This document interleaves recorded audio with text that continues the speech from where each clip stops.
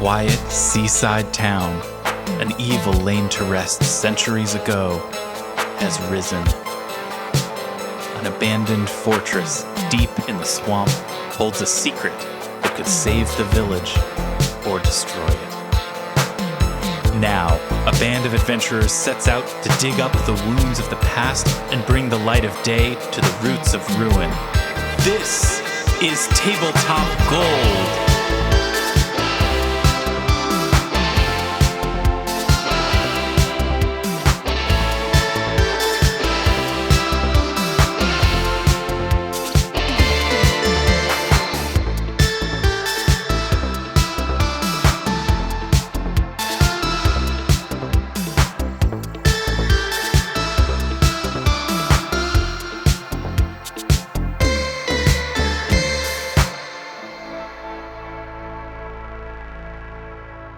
Hi, everybody, and welcome to Tabletop Gold. It's a podcast, everybody. You goofed. You're listening to a podcast again. Gotcha. You could have done so many things with your brain, and you're listening to this podcast instead. Beep, beep. Hi, I'm Lars, Casteen. Welcome to the show.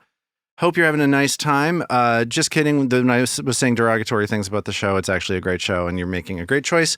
You know who else made a great choice is the various people on this show. Let's say hello to them one by one. It's Zoe Chernicoff. Hi, Zoe. Good that time, Lars. How are you? I am okay. I had to think about that question longer than I should have. But that's 2025 for you. That's one of those questions that's supposed to have a reflexive answer, and instead I thought about it for a moment and realized that was a mistake. Our Matt Humphreys is here. Hi. Hi. Good this time, y'all. Good this time. David the Tin Man Chernicoff is here. Good that time. We'll Good that also time. give pro forma responses to how you're doing for the remainder of the show. Thank you. I appreciate that. That is how we are kind to each other. Fine, and you? In these times, is you just say you're good, and you make other people say the same thing back to you. Mm-hmm. Robin, how are you doing? Hi. You know, any time I choose to spend with you guys is a good time. Oh, that's so nice. That's a genuinely nice thing to say, and I appreciate it. It's disarming. It is disarming. What do I want? Who knows? What's your angle? Yeah. We are going to get into our game in just a moment, but before we do that, David, we had a pitch. He had something he wanted to say, and I said, "Hold on a second, don't say that yet. Say it on microphone." David, you have a theory. You have an idea about us as a group and about something in popular culture. What is it that we're talking about, David? What is your concept? What's your idea, and how are we going to move this conversation forward? Thank you.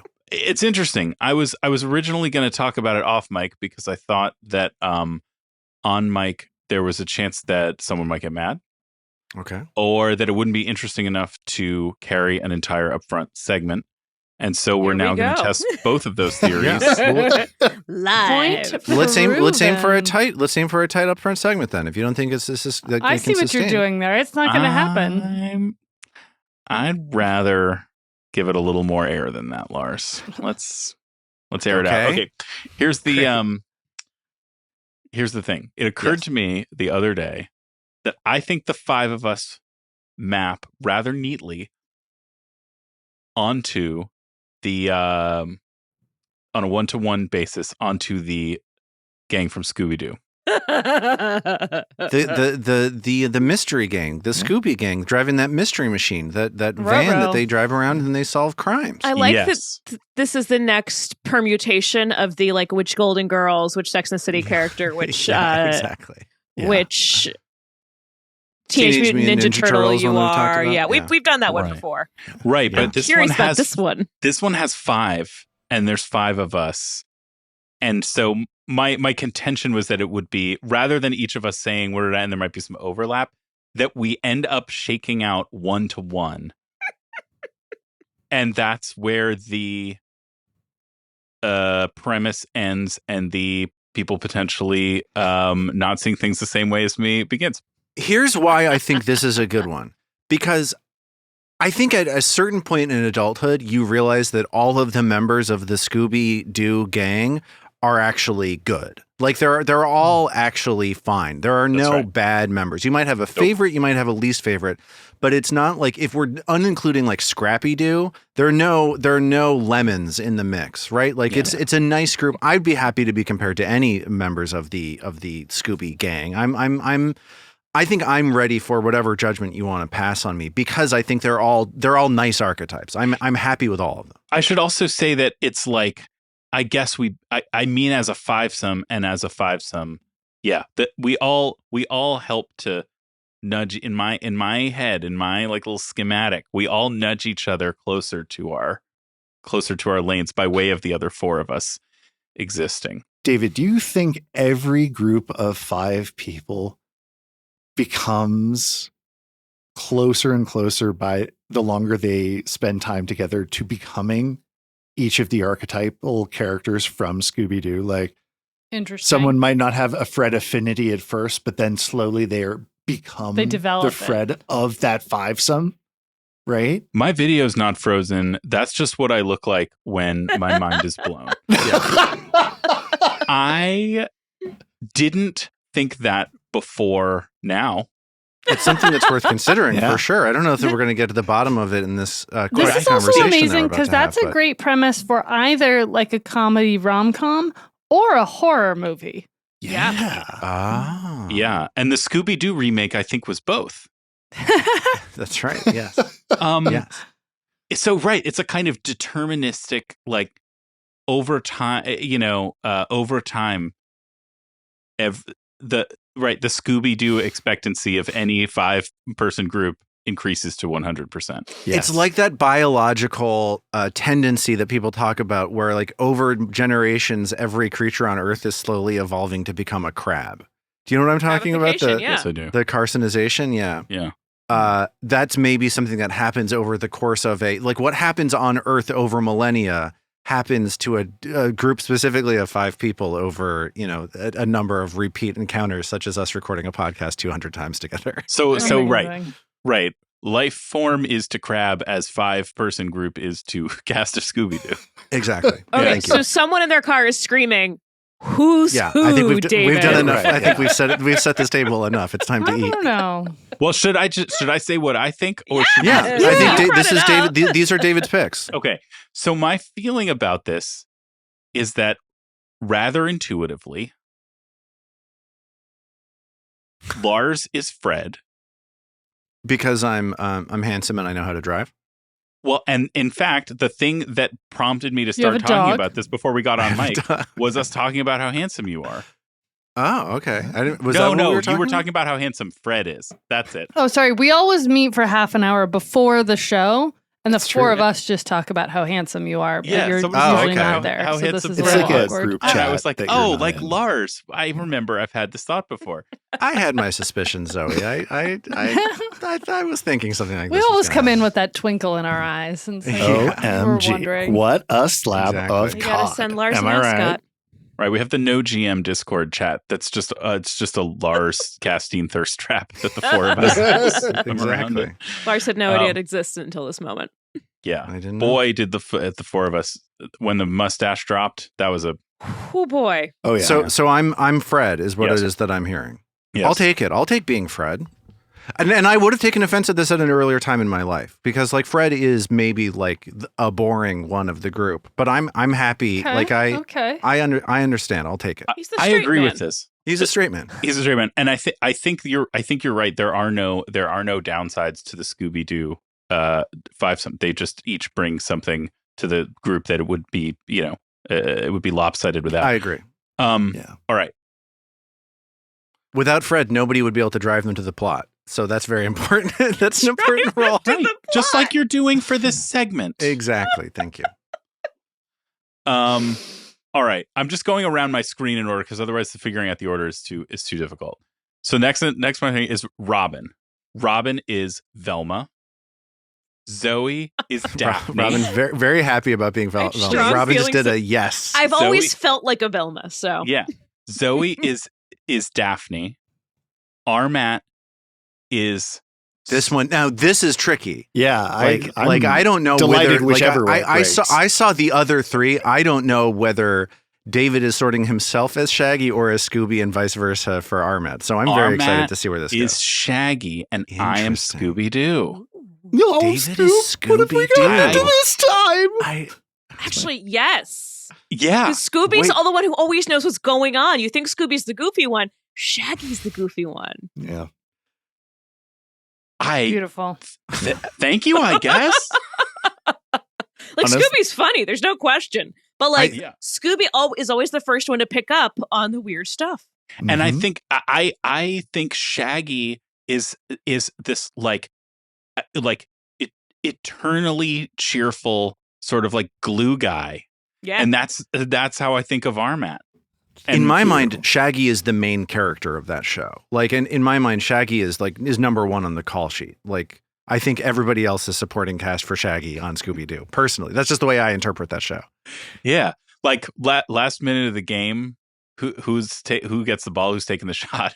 It's Shaggy. It's Shaggy. Shaggy is the LeBron James of Scooby-Doo. That's right. We're finding out. ISO for Shaggy. Taking notes. I will take any comparison to Matthew Lillard because I love that dude. There we go. I love him in that. He's so good. He's great. Uniformly great, and has become like a real, like anytime I see Matthew Lillard in anything these days, like latter day Matthew Lillard performances, when he pops up in something, you're like, oh, I made a good choice. I'm watching something good. He's in like Bosch. Yeah! I talked about Bosch on this before.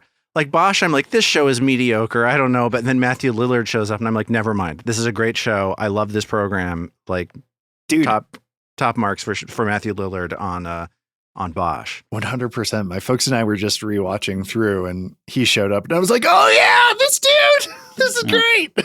It's like 90s teen movie Nicolas Cage. Yes. Yeah. Yes. Yeah. Nicolas Cage was 80s teen movie Nicolas Cage also, by the way. There's a parallel. Sure.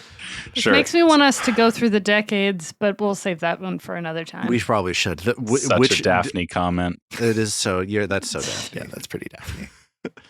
Anyway, I thought it might be controversial because Robin is Velma with Daphne's haircut. Right. Mm. Like it's kind of you're just like, oh well, okay, the redhead's the redhead, and then I was like, no, it's the other way around. Let me nerdily explain this concept here and the archaeological history behind it. Yep, absolutely. So anyway, I'm glad to. I loved it. Yeah, I'm glad to fill everybody in. I think it works. I'm super into it. I hope I feel like it's a safe move. Like I feel like anytime you say to anybody, you remind me of X or Y, I think it's dangerous, but I do think it's safer with Scooby-Doo than it is with other concepts. Like, wait, does this mean that Lars and Zoe need to start dating? I don't think so, Robin. I don't think that the metaphor extends. Yeah, I don't know that. Just making sure. You know how on Scooby-Doo, right here. You called yourself Scooby Dude. Do you remember that episode where Daphne and Scooby get married in Scooby-Doo? Do you remember that episode? I think I missed that one. That long-term marriage arc that those two characters were on? Right. I mean, I don't recall them getting into Scrappy-Doo's parentage. That's oh gosh. No. Okay, we're gonna move on. Thank you to David for all of that. And let's get into it. Let's play our game.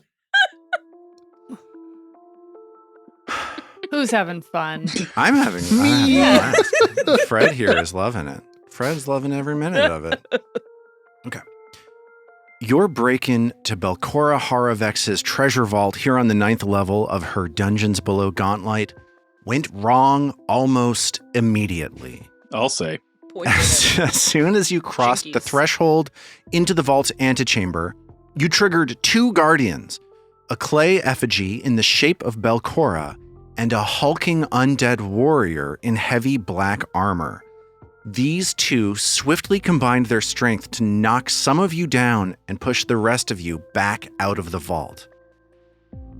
Most of the last minute was spent trying to get an unconscious Mag back to consciousness and out of that antechamber. After a harrowing fight, the undead knight has fallen, leaving his cumbersome armor behind.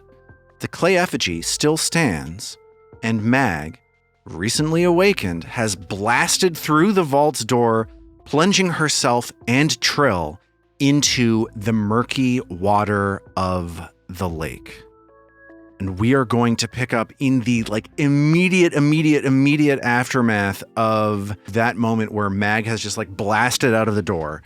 So we hear like a splish as this like last attack from the clay effigy flashes this light that Mag just barely escapes. Mag and Trill are both like at 10 or fewer hit points, both very, very badly injured. They're splashed down into the water. What happens next? Iston is going to reach over and slam the vault door shut. Seems like the door. And it's like, it's not a heavily reverberating sound because this is a very like heavily defended, reinforced sort of vault. Like this thing just goes, it's almost like the sound gets dampened as this door seals shut once more. Yeah. And once having done that, he'll slump down onto the ledge and lean his back against it and go, phew.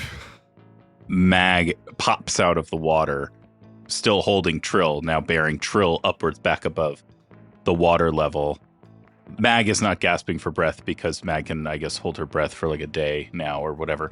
But I imagine Trill was surprised to end up in the water in the first place, so she's probably sputtering, spluttering, and Mag is going to like hold her aloft and then lift her back up onto the pier. Mag remembers what happened last time she jumped in the water unannounced. I'm thinking once Trill gets her bearings, like as Mag is lifting her up, we're seeing a bit of like an Esther Williams rise. Mm-hmm. Yeah, right. From above, there's a camera mounted above, and we spin around. And, yeah. What are you guys talking about? Those like old school, like 1920s. The like water ballets. Oh, like Esther a Busby Berkeley. Yeah. Okay. Like in Esther Caesar. Williams was the one who did all the water ballets. Gotcha. Right. So basically, Mag and Trill do the lift from Dirty Dancing. Only now it's in the water. So it's Busby Berkeley. And with radial symmetry, apparently. Yes. Yeah. Perfect. Instant applause. Right, Little 8. less carnivorous fish are like swimming around in kaleidoscopic patterns. Exactly. There's 8. There's 8 small schools of whatever would be in this like fuck minnows that are like Deuterexes. It's just 25 Deuterexes converging upon you. Right. Remembering the Deuterexes, Mag hauls herself up onto the pier as well to take stock of Trill and everybody else. Mag doesn't know how everybody else is doing. All she knows is she woke up. She lost consciousness, woke up, quickly realized what she was in and noped it out of the room. And so now she's checking around to see if anybody else is as battered as she was. I just want to try to imagine this moment from Trill's perspective, Trill's point of view. Like Trill was hanging back as this night was just like taking this party down, right? Like Trill frantically healing.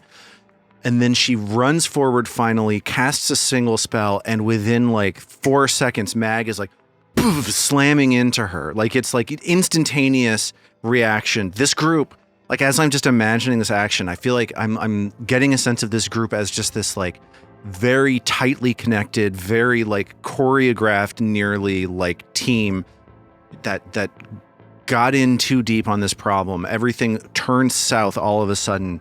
And then it's like the moment there's a turnaround, suddenly Trill, even before she's able to catch her breath, is back in this water and then getting pulled back up. I think that I can just envision Mag like rushing and plowing Trill over from Trill's perspective. Yeah. You know what I mean? Yeah, that's pretty much it. Yeah. Trill is definitely in a bit of shock to just suddenly be underwater. But Mag takes care of her.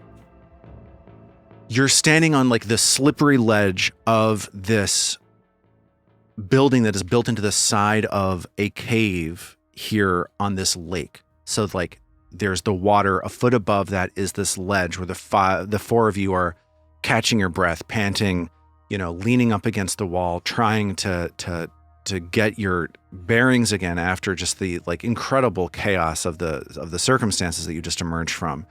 Your boat, because of like the splashdown into the water, this 30-foot long cutter that you've manifested is rocking back and forth in the water, like sort of twisting around as the chop from Mag splashing into the water starts to die down. And also, Mag and Trill are both very, very badly injured. Trill has been like barely hanging onto consciousness for the last 45 seconds or so. Mag has been fully knocked out. She is badly wounded from this encounter. So what's going to happen in the immediate future, which I'm guessing is something involving healing. And while we're resolving that, I want you all to think a little bit about what it is that we're doing next, period. Like there are a few different next steps. So as we're figuring out healing, let's come up with some ideas about whether we're going back to rest, whether we're searching more, whether you're heading back into this vault, that kind of thing. But let's talk about healing first. Ao's going to do some healing. Please. Lots of gauze. Is Ao currently angry from the lens, do you think? I don't think she's had the lens on this time. I think we had it with the bird, but not now. Great. So Ao, not quite so irate as she has been at moments throughout this day. Right. She's been less pleasant to be around. That doesn't mean she's pleasant now, but... Armet, what do you think Istin is thinking about in terms of the question of how to hurt this clay effigy? Because the clay effigy in this room is still up. Nothing that Istin was particularly like blunted. This creature, this clay effigy, mechanically speaking, had a resistance to physical damage and also a resistance to some amount of magical damage, but you're not sure exactly what magical damage. The way that breaks down mechanically is that Istin, who does a mix of those two things, was like in a bad place to get any damage done because his damage was reduced twice. His physical damage was reduced in parallel to his magical damage. So like this creature, this clay effigy that you just found, this monster in the shape of Belcora Haravex is sort of like a perfect storm for Istin to be ineffective. Totally. But we did see that cold damage was not reduced. Yes. And so I think that's entirely where his mind is. He's trying to think, well, do I learn a cantrip and so I can repeat it and just spam cold damage at this thing? Do I learn a high level spell and just, try to blast it with cold? And I think the answer, is a classically Istin kind of answer, which is why not both? Is Istin demoralized at all by this experience? Like, is he losing confidence here? I think he's fired up, honestly. Like, failure kind of drives him forward. He knows he's never going to be the world's greatest adventurer, but that doesn't mean he can't be a good adventurer. What I find heroic about Istin is his unwillingness to give up his passion for learning stuff. So I think this encounter has actually, especially now that Mag is out and Trill is out and they're both safe, there was nowhere he would have rather been than in front of Ao and Trill and keeping that horrible, horrible Grave Knight at bay. So I've gotten about an hour of healing from Ao. Based on the... David, do you need more? I will check. Mag is currently at 152 of 161 hit points. Yeah, that's just about it. What's another 10 minutes? Let's get her... Another 10 minutes. Top her off. God, Mag has so many hit points. All of this just hanging out for an hour. Standing on a ledge. And 10 minutes on this ledge. We do have our ship right here. Yeah, right, maybe we'd go back on the boat and... Also, as teenagers, didn't you guys ever hang out like in front of a convenience store on the sidewalk or something, right? It's kind of... Yeah, I remember there was this one like on one of the main commercial strips in the East Bay close to where I grew up. There was this one convenience store that like anytime you opened the door, it blew up. And yep. We would hang out right outside of there all the time. That took me a second and longer than it should have. Yeah. It was the gas station in my town. The gas station didn't blow up, though. The people who worked there were not nice. And the people who work here aren't nice either, so that all maps on perfectly, I think. Yeah. So the question of Trill's what's... refocused. Oh, have we inspected the body of the Dudo? You tell me. Have you inspected the body of the dude? Sometime in that 70 minutes, we would do that. Yeah, I think Trill definitely would go check it out and see if there's anything magical there and hand off stuff to people. Drag it onto the boat and loot it. If that armor is +2, Istin could put the +2 rune onto his staff. Yeah. Okay. We got lots of big ideas. Yeah. Things don't transfer from armor to staves. Oh, that's right. But that makes sense. It's an interesting idea. Prove it. Yeah, shoot rune on someone's armor? So, Robin, you're asking like Trill taking a look at the body of this creature. I want to let you know there is no body of this creature. What you see is armor. You saw when you saw this creature before, it's like a grinning skeleton that was speaking morosely about himself in the third person, right? He was doing this whole like, Galido will do what mistress asks of him. And there was like a skeleton inside the armor. It's gone, y'all. That skeleton was destroyed. Oh. And what you see now is a suit of black armor with the symbol of Nimbleoth. The Symboloth, if you will. The Symboloth. I absolutely will. Over it. This is a grinning skull with moss in its mouth.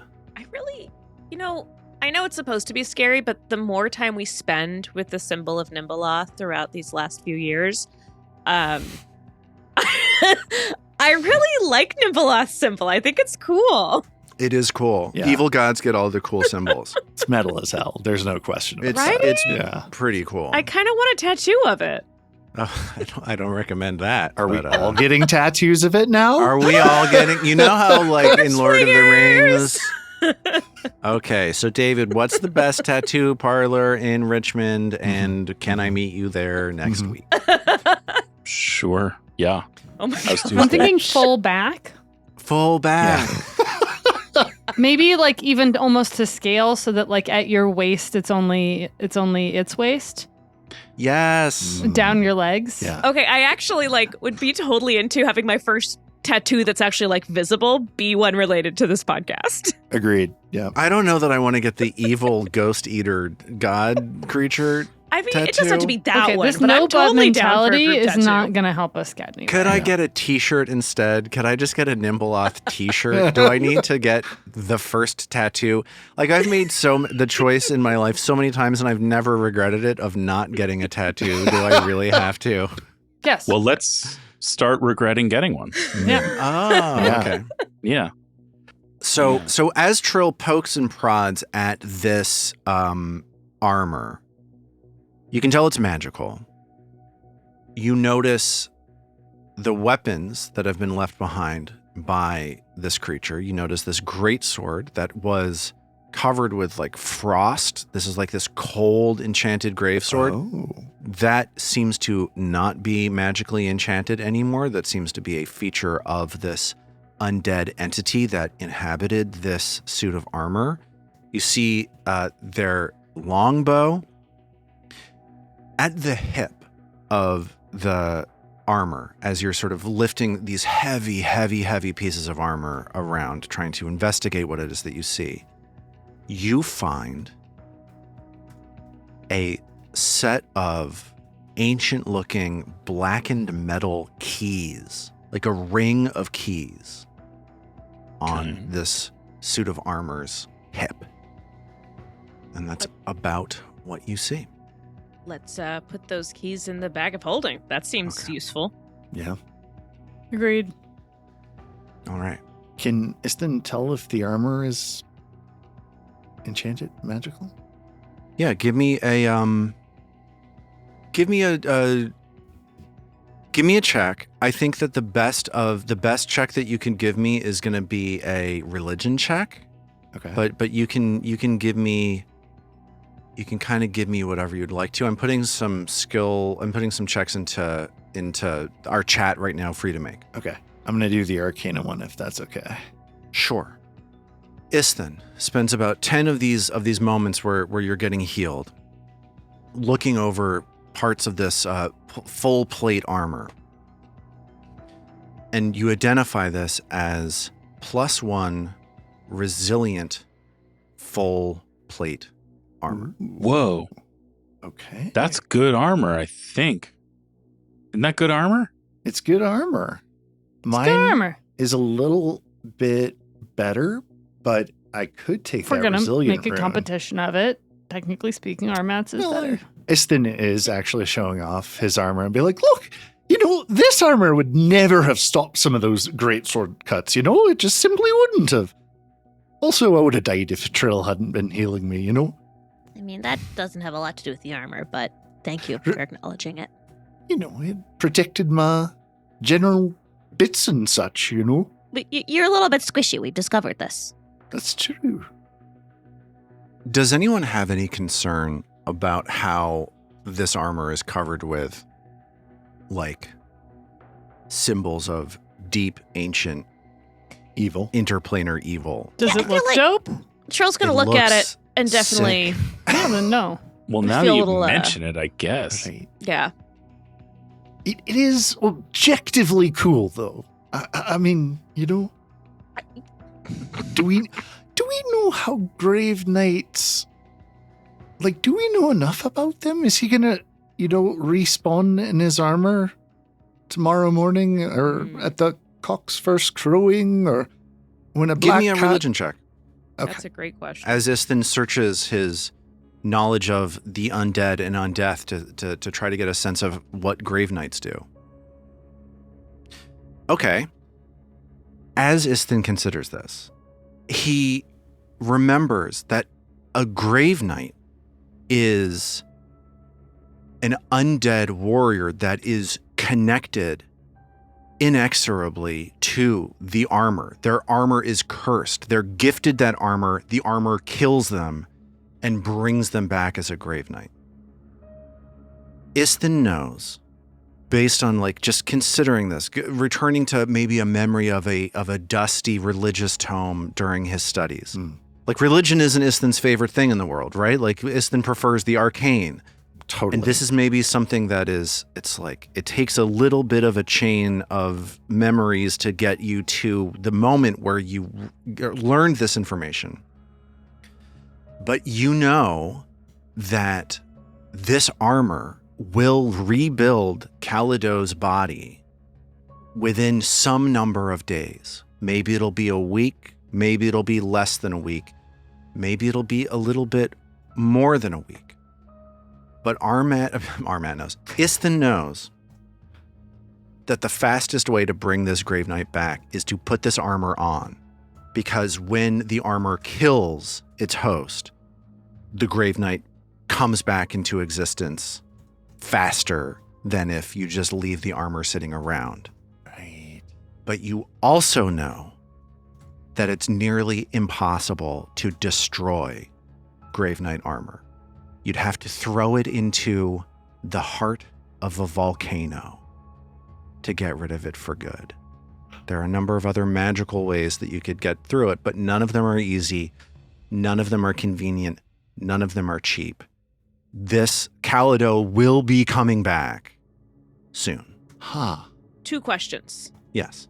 1, I'm assuming that peaceful rest does not affect this because it's already after, it's already undead.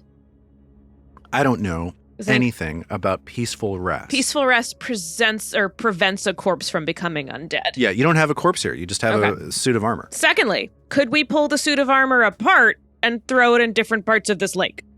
Sure. Would that do anything? No. I mean, it'll slow it down, right? It's going to have to crawl underneath the lake to get the armor back together? Sure. I was What actually you're talking thinking about, something. Robin, is delaying the inevitable. Yeah. Making And it, that always works out. I mean, delaying the inevitable makes it less likely that for us to have to run into him again. Sure. Yeah. Isn't delaying the inevitable sort of the point of the whole show? I think, Point I of think the point of everything. the show is preventing the inevitable. Oh. Or preventing the inevitable, actually, I think is Yep. ultimately what it is.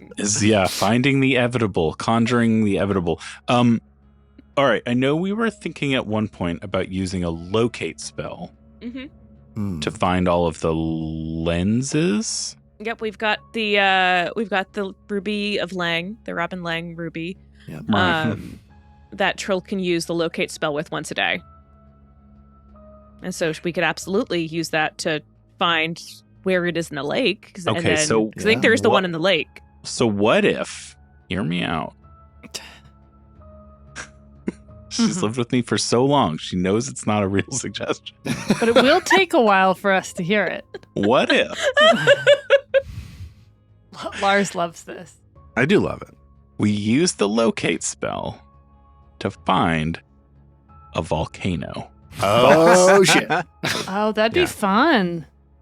Have we passed by any signs of volcanic activity on this floor? Like, is there maybe just kind of like an open magma vein anywhere? It's such a good question. Thank you. I would point out, unfortunately, also, this locate spell only locates objects that I know, like, what they look like. It will not locate landmarks, I believe. Okay, a volcano tends to be a conical. We spend the next 4 hours of Mag describing in great detail what a volcano looks like. There's this thing called Pulling the out caldera. books about volcanoes from the bag of holding. I know what a volcano looks like. I'm from Cheliax. Okay, so then I'm surprised that this has been such a struggle. No, you need to understand what the limitations of the spell are, my friends. All right, consider the cratered texture of its sides. Then you try. Right, so No, never mind. the thing about volcanoes is, and I've actually got a great story about this. Let me tell you. Okay, I said never mind. So, like, in order to delay the inevitable being this thing will rouse itself, and if we're with it, we're going to have to deal with it again. But, like, we could, for example, throw it back in this goddamn vault, and then it would be trapped inside a vault, and we'd only have to deal with it if we went in the vault. Is there somewhere else that we could, like, lock it in? It's not necessarily gonna zombie after us. It's just gonna wake up somewhere. So we have to find somewhere, like, that we can seal it in. Have we been anywhere cold? Could we, like, lock it in a freezer? I mean, it likes the cold, Well, that's though. the other one. I thought cold was bad for it. No, That's it the was other one. it was That's the other cast. Its sword caused cold Okay, damage. so we'll take it to that incinerator.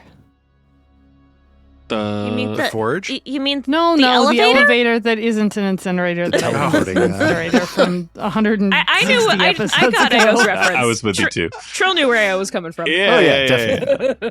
So we're not going to be able to go back in where we just came from without some more Yeah. cold answers. Yeah. With spells, runes, ice potions to hurl at it, whatever. Trill has one ice vial, and that's just not enough. Yeah. What time is it, Lars? It's late. It's 9:50 at night. You got started late, and you've had a number of difficult encounters that you've had to spend time patching up from. So it's getting late. It's stretching on there. So we should go to sleep, and then we should either come back here with cold stuff, or we should find the first. Oh no, we should run the locate spell before the end of the day. Yes. So we run Because the that locate recharges spell. every day. We see if it's in the lake, and if a mag can just dive down and get it, and then go back and sleep, and then Trill can also recharge her spell slots. Well, like Oh, this. yeah. Yes, this is Makes a good. sense. So Trill takes the ruby out of the bag of holding. And to refresh your memory, this ruby is like a large, like brick of beautiful shimmering red ruby. It's like the denizen of Lange that you got this ruby from. The denizen of Lange who used this ruby as or not this one, but the other ruby that he had, used it as like an implement of control and torture on Doriana. This is like, in your dream, if you had an image of an ideal piece of treasure, that's what this thing is. This thing is like the treasure of your dreams, meant to like entice you, draw you towards it, make you dependent upon it. It's iconic in a way that helps your subconscious grab onto it. Trill manages to get this large, like 8-inch, ruby in her hands, and you cast the spell. It's not the size that matters, it's how you use it. Keep telling yourself that. It's the groovy and the ruby. The shortest Okay. one in the room will keep telling yourself that. Thank you. So it takes 10 minutes to cast the locate spell. And I'm just going to read the text for this because I want to make sure I get it all the way right here, okay? You learn the direction to the target or the nearest target, whatever. if it's a type of object, which it is, you're trying to find the next of these lenses. You need to have an accurate mental image of the type of object. You certainly have that. You're looking right at the lens that Ao is holding. If there's lead or running water between you and the target, this spell can't locate the target. This means you might find a type of object further away if the nearest one is behind lead or running water. Okay. We're not going to find the one in the lake then. So, Trill, I just want to tell you where your boat is right now. Your boat is positioned basically between this ledge that the vault is on and the island that the Carthage was on as you fought this like magical bird. Hey, Lars. Yes. What's the door to the vault made out of? Iron. Okay. What's the hull of the ship made of? It's made out of running water. Okay. So Trill feels the ruby, and every time you sustain the spell, you'll get another ping on it, okay? Feels the ruby pull almost straight down. It's pulling down and a little bit to the south. Like just a little bit to the south. Oh, dang. Wait, I think it might be somewhere down, but maybe it's in the water? I'm so confused. I think Trill goes. Is there like on our ship? Is there like a berth that she can go into underneath? Sure. Like, so she goes down there just to make sure that like there's nothing weirdly stored in this ship. Yeah, it's here. Yeah. It was inside of a miniature boat that then you Trill goes down, and she's still sustaining it. Yeah, sustains the spell again, and it's pulling the same way down into the bottom of the ship. Below the ship and a little bit to the south. Mag, do you think you can... She kind of shouts at us. She's coming up the stairs. Mag, do you think you could dive just right under? I think we might be right on top of it. Sure. Do you want to try holding your breath, getting in the water with me and delving below, or should I go look first? I am less good at that. I don't think I can hold my breath and sustain the spell. Says Mag, and as she says it, we see Mag like very, very gently seem to sway backwards, and then she sways backwards a little more, and then she very gracefully drops backwards off the side of the ship like a scuba diver. This cold water immerses around Mag, and Mag is Mag's now got her wayfinder, right? For light. Yeah. But this is murky water in front of her, so the light, it's a little bit hard to see through. David, can you give me this perception check, please? Sure. Definitely waiting for a shark to come ram me or whatever. Okay. Mag doesn't see much where she is and decides to swim. Yeah. Do you just a little bit deeper, a little bit further to the south? Another okay. 10 feet down. Give me another perception check. And if that one fails, I'll go 10 further feet so that DC keeps dropping. And Mag is now like halfway down in the water, goes a little bit deeper. Let's get another perception check from Mag, as she is now like 15 feet below water. And as Mag reaches the bottom of the lake, she sees a faintly shimmering yellow lens. No joke. Right in the water, right underneath where your boat is. Wow. Lucky. That is wild. Yay! I like the idea, Lars, that it's actually somewhere else, but you just like the idea of poning us right now. And so you're like, that'll you show 'em. morons. You were on top of it the whole time. It's pretty. Amber.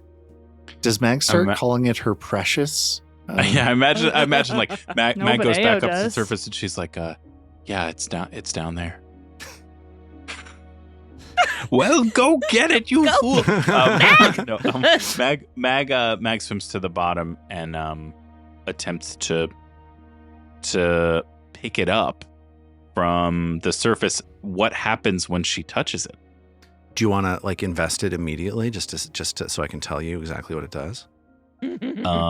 Maybe when I I guess so. I was gonna say maybe when I get to the surface, but that is not as fun. So let's just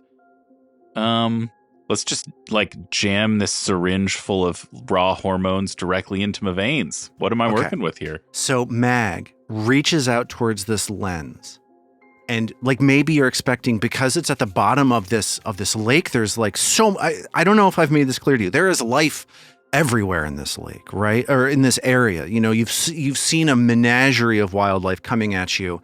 There's fungus, plant life. There's algae all over the bottom of this lake. And as Mag reaches out and touches this lens, you're expecting something slick, something hard to grab a hold of. But somehow, even under the water, this lens, this brownish, yellowish lens, as soon as Mag's fingers reach out and touch it, it's dusty and gritty. It's dry. It's like sandpaper in her hands. Whoa. It was like magically dry. It's not exactly dry, but like rust covered. Like nothing has adhered itself to it in the same way that there's like algal growth, exactly, moss growth on everything else. This thing is pristinely free of that. Exactly. Okay. And let's have fun. Let's go nuts. Mag, as she touches Oh my gosh, I remember what the ochre lens does. I have no idea what Robin's talking about. How does Robin know what the ochre lens does? What are you Because Robin, what Cora are you saying? Ocean Deal told us, and I took notes on it. Oh, what did she tell you? Do you know? That it Well, whatever. What is it? Tell me. I don't think I told you. Emotional manipulation is what I have in my notes. Oh, yeah. So they all okay. So Mag Or do maybe they all feels emotionally manipulate you somehow? yeah. So Mag reaches out towards this lens. Some of them and feel- financially manipulate you. Yeah. And she's immediately, as she feels the magic power of this lens course through her body, she is immediately struck with a feeling of weariness, a lack of energy. She feels down. She feels depressed. She feels like the weight of the world is on her shoulders. How is that different from normal? Yeah, does Mag notice? Does Mag notice? Roll perception. So Yeah, really. Mag, I'm imagining, I forgot to take my pill, Mag thinks. and Mag maybe reaches the conclusion that like Robin's notes revealed, which is this red lens clearly is making Ao angry. This yellow lens, this ochre lens is in the text of this item. Lassitude grips you. I will let you know, I had to look up what lassitude meant. That's not a word I've ever heard before in my life. Junior year SAT prep, baby. Yeah. So lassitude grips you and your emotions are hard to sway. So Mag emerges from the surface of the water and is able to climb back on the boat with this new lens, the second of 4 lenses. And I'm going to let you know the mechanical benefits of this as well. You gain resistance 10 to mental damage and a +2 status bonus to saves against emotion effects. That sounds convenient. That's great. Once per day, you can hold this object in your hand, and the item casts a spell called Wave of Despair, which creates a 30-foot cone where enemies make will saves, or just anybody who you hit in this cone makes will saves. And they become slowed as they start sobbing uncontrollably. Yikes. You hit them with a magically generated blast of sadness. That's metal. That's pretty And then you awesome. also have the feature that you had on the red lens, which is you can use like an attack roll to try to like embed the lens into somebody else. Right. So So this will be fortifying in getting close enough to Belcora to then jam it into her. Yes. And you know from your visions at the star reading that when these 4 lenses touched each other, Nimbleoth herself reached up and strangled the life out of the creatures nearby. So when all 4 are there, it follows. It will destroy whoever is invested with all 4 of them. Interesting. How would you... Okay. You really need 4 people to do this campaign. I guess you could have more than one of them and just only have one of them at a time invested if you were a smaller party. Maybe this is a thought that Trill has. That Trill is maybe coming to the conclusion of managing these horribly dangerous but integral magical items seems like an undoable. I think that this makes sense that Trill would reach this conclusion that this is a hurdle, this is an obstacle, and there are massive logistical questions to overcome to make this even make any sense. But the 4 of us, feels like it was meant to be. I've had a feeling along those lines before. I suppose it wasn't quite the 4 of us. But when we first... Iston is completely oblivious to this. He's not picking up on it at all, by the way. Yeah. Ayo hisses and elbows Meg. We still haven't processed that. Well, no, it was after that. No matter what, we've got a Volus, so it's all the same. You recall standing in the very first shrine that we encountered before the 4 windows? There's a feeling that 4 of us was the right number, the fit number to take this forward. Encountering relics from each of the 4 members of the Rose Guard in turn. Perhaps it wouldn't all work if there were any other number. It had to be 4. So you return to Ildaris for a night of research and rest. Trill is magically depleted. You just used all of your best magic, one after the other, just trying to keep your friends alive. Yep. You settle in for sleep in the dormitories at Ildaris. And let's shift focus over to Iston and I guess Armat specifically, because we're looking at adding some magical potential to get past this clay effigy, right? Yeah, that's the hope. So I'm trying to look up cold spells. Oh, I should look for the cold trait. Well, if you're looking for cantrips, right, Ray of Frost was replaced by Frostbite, which is a 60-foot range cold cantrip that you could potentially spam. Sounds good. I think that would definitely be the first one he's going to try and learn. Okay. So you spend the night, Iston burning the midnight oil to learn Frostbite as an arcane cantrip. Right.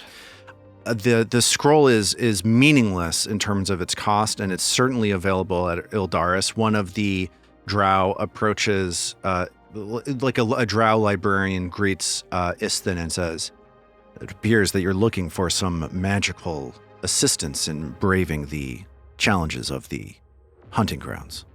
Yes, that's right. I need spells that deal cold damage or somehow use that trait. I think speaking in game mechanics, let me. It's like, yes, I have a rank 5 cold spell. It was in Treasure Vault. It's fucking sick, dude. Yeah, so for 4 gold, which is nothing, you're able to at least get frostbite. Awesome. And would they have And also a spell Snowball? called Frostbite. And also a spell called frostbite. What about Snowball as well? It's a level 1 spell, but it looks like it heightens better than the cantrip. Sure, yeah, you can buy a scroll of rank 1 snowball for 4 gold. Perfect. Again, a meaningless expense for you. I will do that. That's like 10 days work. What do you mean meaningless? It appears you're facing off against something that dislikes cold. Maybe you'll like this. And this librarian conjures a magical glowing snowball in his hand in front of you and hands it over to you, hands a scroll over to you. And do you think do you feel satisfied that you're prepared for another push forward? What do you think? Yeah, I think so. I think those are the ones I've been most able to find and look like, because we don't really need area damage with the cold. We just need a big burst damage nova of it. So I think that should do it. Yeah, I think that perhaps the way that Isthin is considering it is you just need something. Like Yeah. Isthin is stopped in his Totally. tracks here. I'm wondering if there's anything alchemical that does cold damage. There must be like a Absolutely there is. Yeah. like We've a got like a some vials, yeah. snow bomb. Yeah, there's a frost vial is what it's called. Yeah, Trill has a moderate one in her wig. Do you want to buy more of them or do you think you're okay? Yes. Oh, we need more. Yeah. One is not enough. Well, let's get Okay. some more. Do you want to buy a cold spell?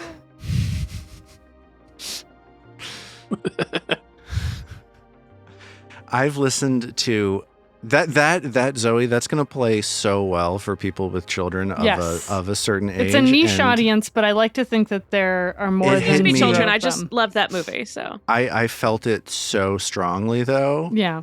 Well, when if you've heard you- that song once, you've heard it 500 times at least. yeah, It's true.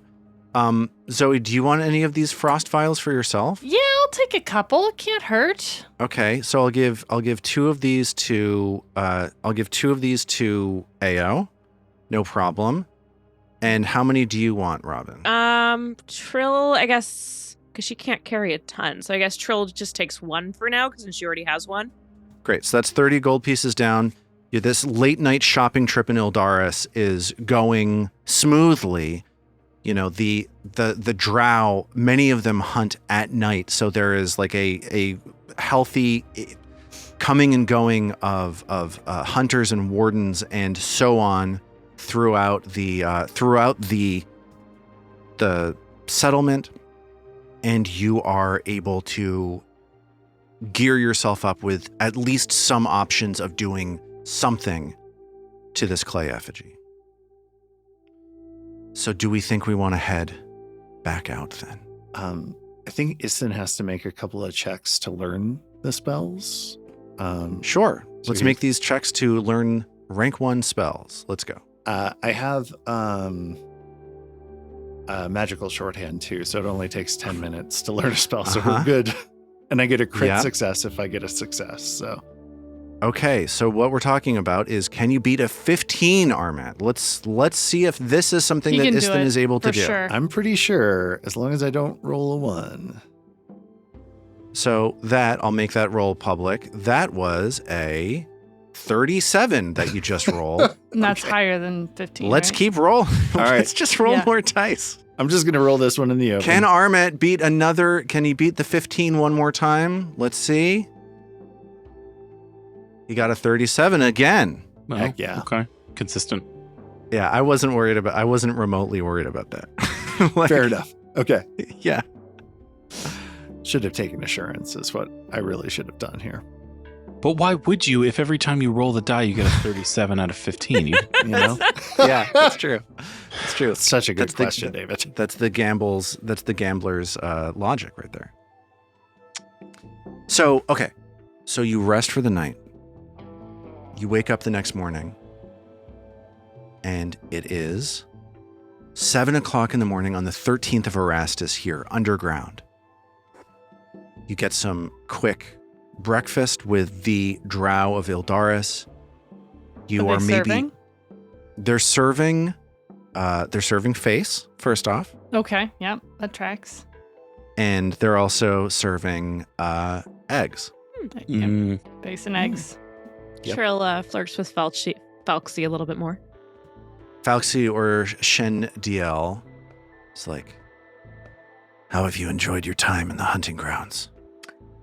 It's been riveting. And I don't really like fish much anymore. Oh, you ran afoul of some sea creatures, huh? The fish here are messed up. That could not have been just a fish. Those things were nasty. Yes, I've tired of the time that I've spent around the hunting grounds. The fish do not suit me. Their taste is too sweet for me. But have you tried those weird big birds? Ah, you mean the Carthouge, Yeah. the bird with the voice that Yeah. drives men and women insane. Yeah. I probably could have done something about that, but at the time I wasn't really thinking. Yes, that's how it tends to go. I hope that you are able to travel safely through the hunting grounds. I know that. Quara Orshendiel walks by and she sees the ochre lens on Mag's person as Falksy is like giving a C- gain to Trill. Yeah, Trill's trying to give a little bit more, and she's like, is he not interested anymore? What's happening? I'm sorry, I'm incredibly hungover. I don't know what to do. Quara Orshendiel, she walks up to and she sees Mag and she's like, there it is. That's the lens, the ochre lens that my father that he lost. You've recovered. It's fortune smiles upon us today. Was it? You seem like you're in one piece. This is amazing work. Amazing work. I suppose, if merely dropping a few feet beneath the water's surface is to be considered amazing. But what even is worthwhile anyway? She looks at Mag and she's like, oh, I have not seen somebody as afflicted with such horrifying lassitude since my father. The lassitude this woman is showing is reminiscent of my childhood.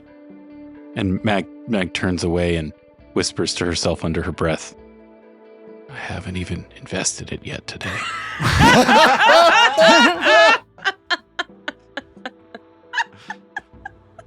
So there's a brief celebration among the drow as they are beyond thrilled that you've recovered their lens. But and so you know, Quara looks at you and says, that means that the last of the lenses, that must be with Kerfel, the leader of the nearby Ordefan tribe. Was there 3 or 4 lenses? I thought there was 4. There's 4. I'm only aware of 3 lenses. There's right, the lens. we know there's 4. They know of 3 of them. Okay. We're going to have to locate the last one. Yeah. It's also right under the boat. We just only It was underneath the yeah, yellow it's under lens. the other one. Dig a little deeper. It was slightly to the south. That's the best way to hide something if it's subject to the locate spell is you just hide all of them right next to each other. Oh my God. I find that to be true with missing Bluetooth items in our home as well. Yes. Which basically the little thing on your phone that makes it vibrate or beep or whatever is basically the locate spell. It's pretty much, but then you're thinking, okay, is it in this room or is it directly below me by a floor or has it run out of battery? And I'm just looking at the last known ping for it, which was a couple days ago. I'm just saying there's some parallels. Yeah, no, I get it. I'm going to go take my pill. And so the drow wish you well. You head back out into the hunting grounds, and you find that your cutter is still tied up at the boathouse that you tied it up at. This cutter is going to last at least until 7 p.m., and it is right now after you've had the opportunity to have a little bit of breakfast and to have a brief conversation with the drow. It's 8 o'clock in the morning, so you've got some more cutter time. You see maybe like a flock of strange, multicolored subterranean birds have set up on the perimeter of the boat, but as you step onto it, they let out an angry kind of like caw and flap off into the distance away from you, and you're able to continue your exploration. All right, show of hands, who remembered that our boat expires? Okay, all right. Well, that's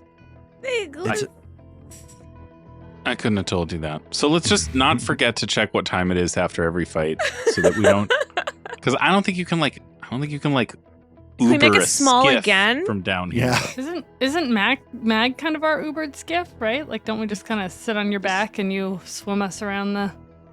Mag's Yeah, part dolphin, as a matter of fact. if need be. Can I just ask a question? Please. And this stuff is like hard because it's like you talk through ideas as a group. It's hard to come up with like a solid plan for what it is that happens. It's like it's a thing I need to pin you down about just because I need to know what it is that you're doing. Right. But I also want you to know that there are no right answers to this question, and you shouldn't don't think that you're not going to game your way out of this. There's what did no you do right answer to this. There's no man. right answer to this. What did you do with Calido's armor? Oh yeah, we dropped it in the water in pieces. Did you drop it in the water, or are you going to lock it behind a door? And if you're going to lock it behind a door, where was that door? Is my question. I think we decided on pieces, right? Because there wasn't a door nearby. I heard both. I don't want to back you into either one of into either option. Both of them are a mistake, so we'll learn that whichever one we choose. That's basically what I'm trying to say. Right. Things to do with this armor are the opposite of being called a Scooby-Doo character. There's only bad options. There's only bad option. Can I ask you a question, Lars? Sure. If I had cast Dispel Magic on it, would that have destroyed it? I don't know. Curse. And so I'll tell you, if you have this armor with you, like for some length of time, let's cut back to a moment where Isthin is pondering the armor and looking at it. Okay. The only spell that Isthin is aware of that could destroy this armor is Disintegrate. That could, that could like annihilate the armor entirely. There was that forge. Where was that forge? So, Isthin has this little conversation with Mag about the forge, and the With only that forge, hot smith.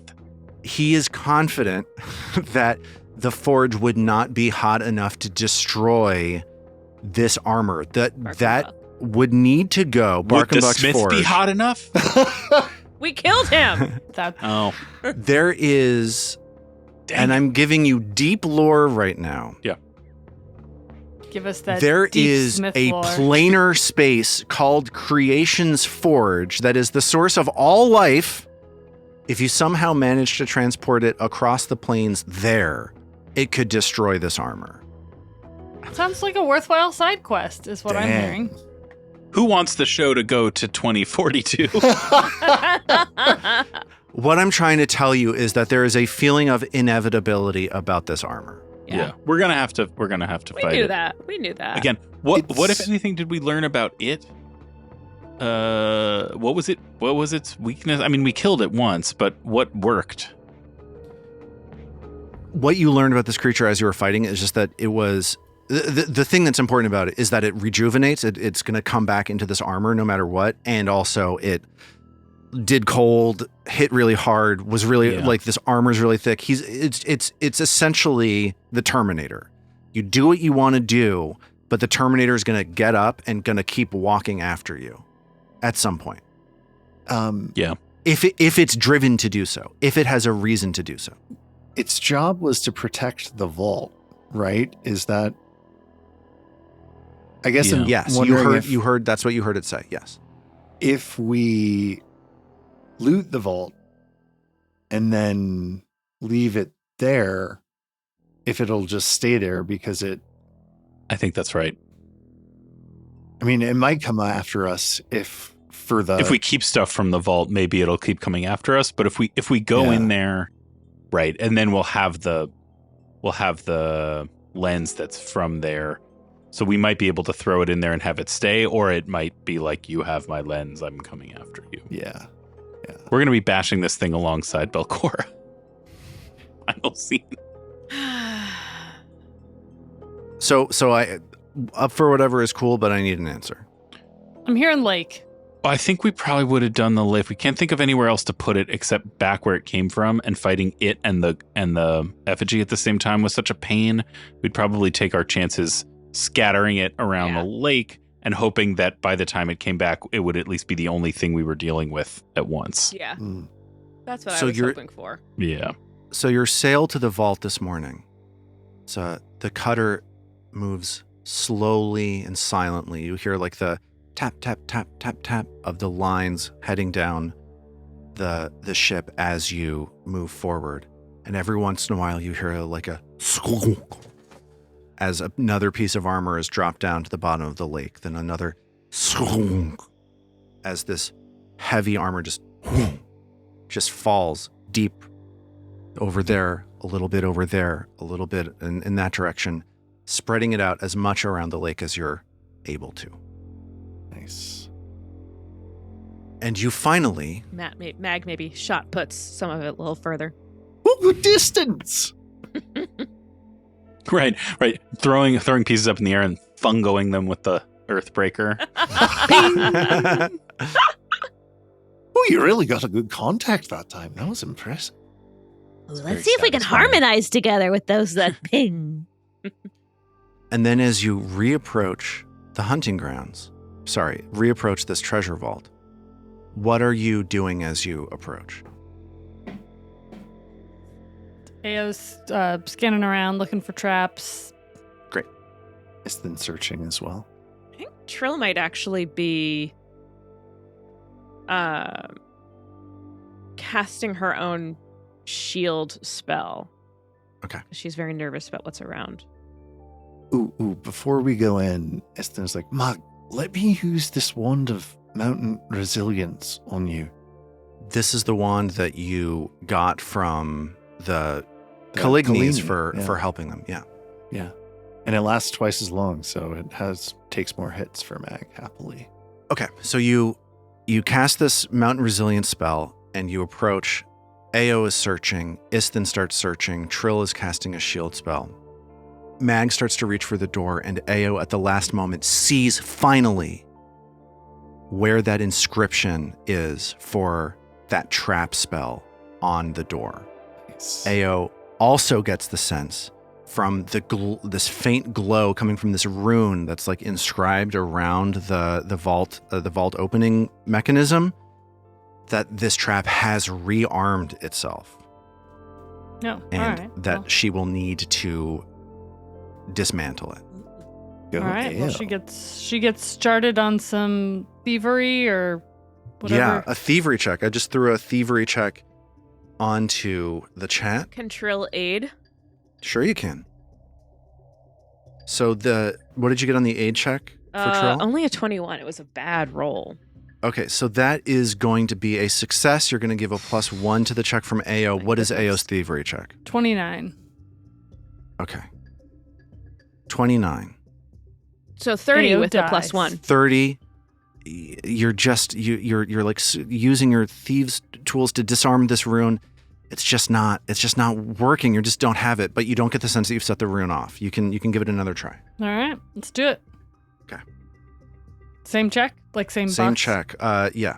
Sounds good.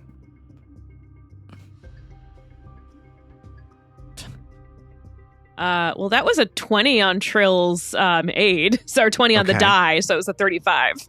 So that is a +2 to Ao's check. What is Ao's check? Ao's check sadly was only a 22. So what that means 24 now. is that Ao is like reaching for the rune. She's about to like use her picks on one particular part, and Trill is like, "No, don't touch there! Don't touch there!" Because without Trill's aid, that would have been a critical failure, and it would have set the trap. Nice. Thanks, Trill. All Let's right. try it one more time. Another go round. Oh boy. Yeah. Poof. That was a 25 on the aid. Okay, And 26. that's a third failure, and we're just gonna say, I'm satisfied that we're not gonna blow this thing up. let's say that within at least a few minutes, you're able to get this open. Okay. I have a limited interest in rolling You thievery said a third checks failure? for the rest of my life. Yes. Oh, wow. Because the first time you said it was a success. What are you saying to me, Robin? 30 you said was a success. No, I didn't. I said that your aid was a success. The check was still a failure. Oh, I thought you said it was a success. I misunderstood. My No, bad. Trill's aid was successful. The 30 was a failure. Okay. Dang. So you are able to maybe like fumble your way into this, disarming this trap. I'll say that because we're kind of moving through it without doing check after check after check after check, you have confidence that this rune is going to be disabled for merely a minute, right? Like this thing is going to come back online shortly, and you're going to need to pick your way out again. But the door swings open, and you see this clay effigy sitting on the far side of the room once more, in the form of Belcora Haravex, a vampiric, strange, monstrous, howling Belcora, her eyes closed because there's nobody in the room. And as you prepare to rush in and push further into the treasure vault, we will pick up from there next time. Dun dun dun. Ruby, Ruby, Roo. Oh, Scoop, what have we got into this time? Jinkies.